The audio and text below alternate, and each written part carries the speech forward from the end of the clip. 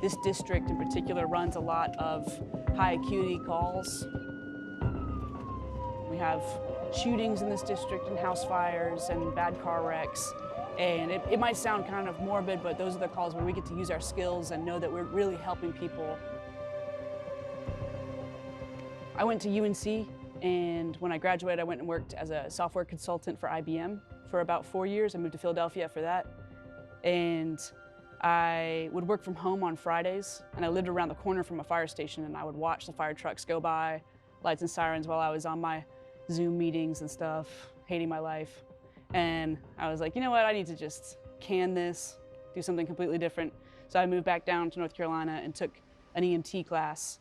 And as soon as I got my EMT, I started applying to fire departments, and Durham was the first one that called. My name is Carter, I'm 33, and I'm from Chapel Hill, North Carolina. It's my bedroom. Married to my wife, Deanna. We have a beautiful dog together, Reba. She's 3 years old. My parents have always been very accepting. It really felt like a non-issue. It wasn't a big event for me. Very fortunate in that way. Their attitude and their acceptance taught me a lot about how to be a good person in general. You know, it's just another example, parenting by example. I like to think I'm pretty open-minded and accepting myself. Especially here in the fire department, you know, we have people from all walks of life here in the fire department. And I think all of us have to come to work with a certain degree of open-mindedness so that we can work together as a team. I have asked my crew if they've ever met a trans person who's out before they met me, and everyone besides Carter has said no, and if that has changed their perspective or anything. My crew or people that I have had this conversation with just say, yeah, you're just a person. You're one of my friends, you're my family, you're my teammate. Trans people are just people. We're just regular people trying to live our lives. My name is L.C. Carpenter. I'm from Newburyport, Massachusetts, and I am a firefighter for the city of Durham. I think that I've always known who I am. When I was younger, I definitely, I knew I was a boy. It was pushed down by my family. I always wanted to wear boys' clothes.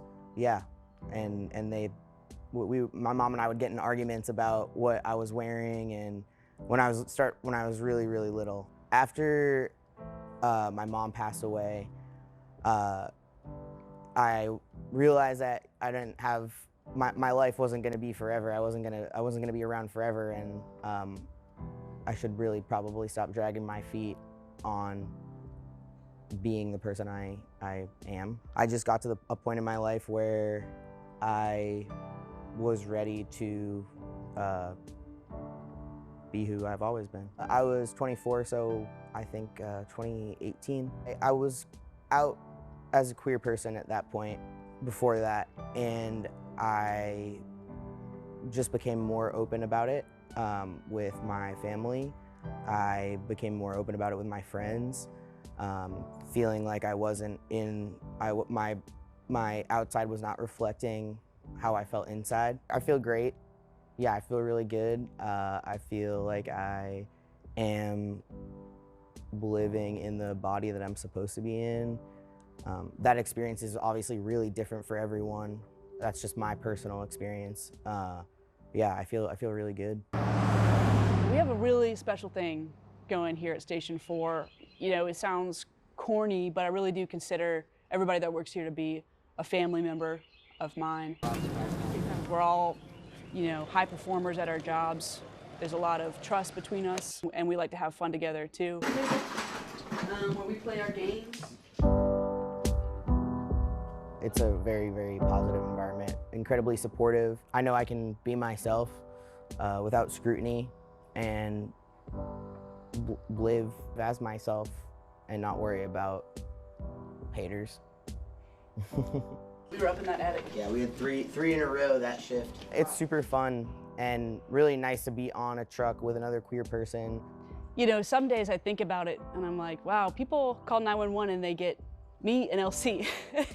And that's a great thing. We're extremely capable firefighters and providers. She's been on the department longer than I have, and she was my senior firefighter when I first got assigned to Station 4. I feel like we hit it off pretty quickly, and we're able to work really well together. We have, I would say, like a sibling relationship. There's some rivalry, a lot of joking around.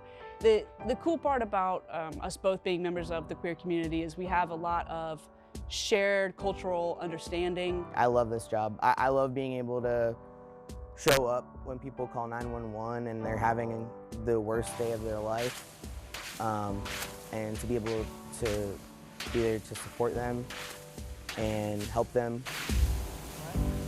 We have a very vibrant LGBT community in Durham. I would like to see that reflected as well. More Spanish speakers, you know, all that kind of thing. I think the community is better served when those serving them reflect who they are. All my friends and my family has been very supportive of me coming out as a trans person. Especially when I was younger, representation, you know, it's always Romeo and Juliet and the man and the woman getting married, and, you know, not being able to like see myself reflected in media and just the world more generally. You know, things are changing, and that's a great thing. I didn't even know this was an option, that I could live like this and be successful and happy and be a part of my community and look like this and be who I am.